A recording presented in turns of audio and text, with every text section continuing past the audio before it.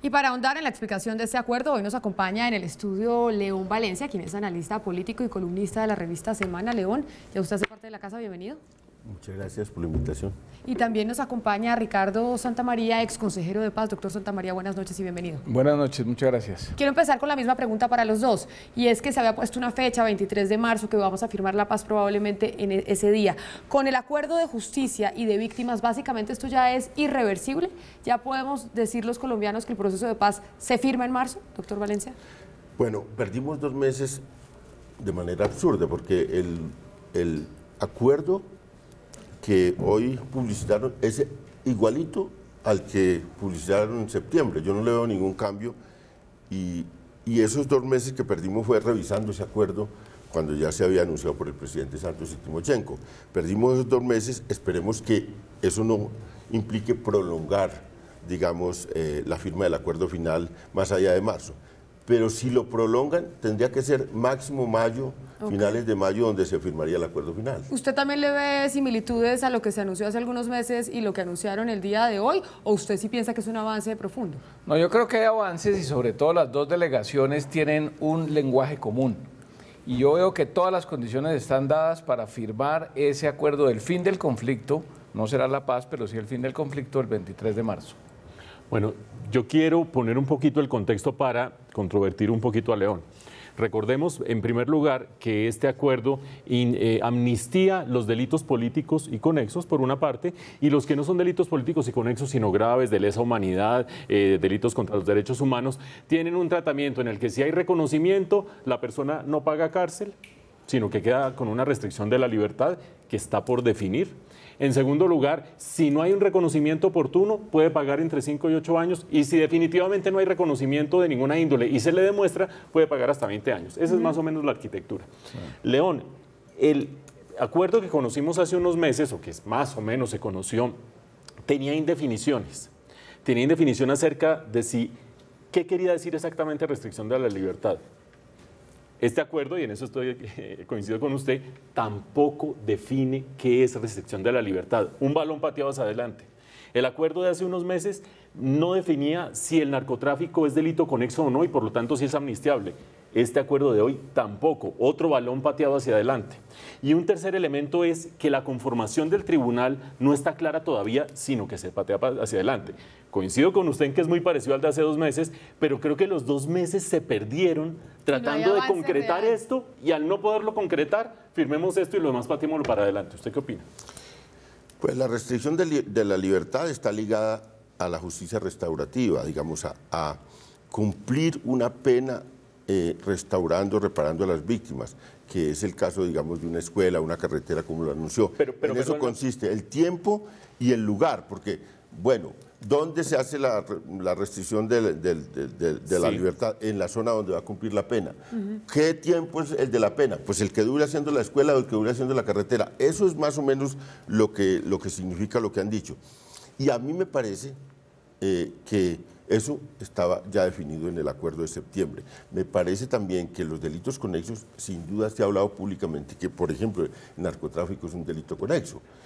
Yo creo que de ahí no hay salida, porque si sacan como delito conexo al narcotráfico y lo declaran delito autónomo, pues cometen el mismo error que cometieron con los paramilitares. Pero el narcotráfico será delito conexo, pero por ejemplo otro de los delitos es el secuestro. El secuestro se va a definir si es delito conexo en el Congreso, pero al final el Congreso va a hacerle caso a lo que diga el Ejecutivo y la mesa de negociación, o cuándo y cómo se va a definir delito, y se nos va a anunciar eso. Ese delito nunca ha sido amnistiable en Colombia, nunca. ¿A qué va ese delito? A los tribunales. Y es que en este caso no es secuestro, sino es retención lo califican las FARC como retención, digámoslo, de general Mendieta, como un combatiente en el momento del conflicto, y por tal razón no es secuestro. Esa es una de las preguntas que quedan en el aire, y también el tema de si ese espacio de reclusión o de privación de la libertad, ¿quién lo va a cuidar y quién lo va a vigilar? ¿Quiénes son los garantes de ese espacio de libertad que van a tener condicionado? Juan Pablo, en ese mismo sentido le quiero hacer la misma pregunta que le hacía León a Ricardo Santamaría. ¿A usted le parece que este acuerdo define claramente qué es restricción de la libertad? Esto lo establece para que el tribunal especial, caso por caso, lo defina posteriormente. Y ese tribunal no se sabe cómo se va a conformar el día de hoy.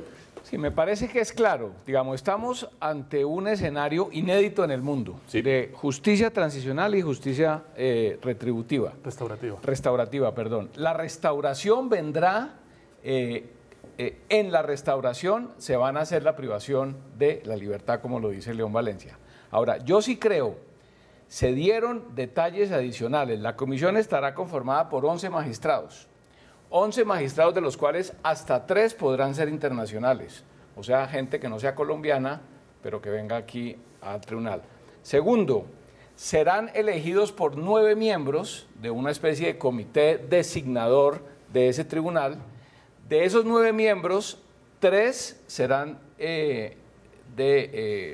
escogencia o planteados por las FARC y 3 del gobierno. O sea que indirectamente las FARC terminan eligiendo sus propios jueces. Pero no directamente, yo creo que van a ser independientes, que finalmente estos 9 y otras entidades que no se dice quiénes son, 3 que definirá la mesa de negociación, definirá los siguientes, o sea, 3, 3 y 3. No sé si me expliqué. Sí, perfectamente. Pero entonces esto quiere decir que la filigrana del proceso, aquella normatividad que se va a establecer en el Congreso o incluso en ese tribunal que se va a formar de la manera que usted nos acaba de explicar, doctor Santamaría, los colombianos no lo van a conocer a la hora de votar. O sea, la gente va a salir a votar el plebiscito del acuerdo de paz entre las FARC y el gobierno sin saber exactamente cómo se va a implementar. Sí, a mí me parece claro en el sentido de que fija unos criterios de independencia, fija unos criterios de trabajo, fija unas condiciones, digamos, le fija unos parámetros. Claro, al final van a ser magistrados que van a impartir justicia, van a conocer casos, van a impartir penas, van a hacer investigación, lo que se conoce como la investigación criminal, van a tener que tener un apoyo y un acervo, van a tener que hacer entrevistas, de manera que yo lo veo claro. Digamos, sí me preocupa que la discusión nacional confunda. ¿En qué sentido? En que hay que hacer más pedagogía, en que hay que decir que esto sí tiene límites, sí tiene funciones claras, sí tiene peligros. Claro, pero doctor Santamaría, lo interrumpo, porque usted no me ha respondido. ¿Sí o no? ¿Sabremos cómo será la reglamentación a la hora de votar el plebiscito? Sí sabremos. Sí. Sí ¿Por sabremos. qué? ¿Por qué? Porque la línea de tiempo es lo siguiente. Firman el acuerdo. En 60 días posteriores, las FARC se concentran y empiezan su proceso de dejación de armas.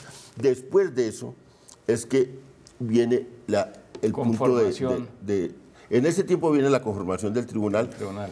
Y la implementación del conjunto de los acuerdos, la idea global, digamos, el esquema, la metodología, la implementación de los acuerdos. Y después de eso es que viene el plebiscito.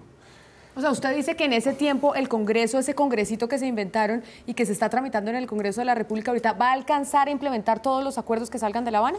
Porque es convertir unos textos que ya están en su esencia en leyes y decretos. No se van a inventar nada. Es transformar un texto que ya está en ley o decreto y darle facultades al presidente.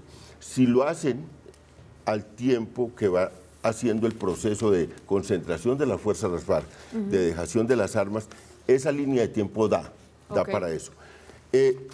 Ahora, todo eso, pues, con los consabidos debates de siempre, porque sobre el tema de paz nunca habrá paz en Colombia.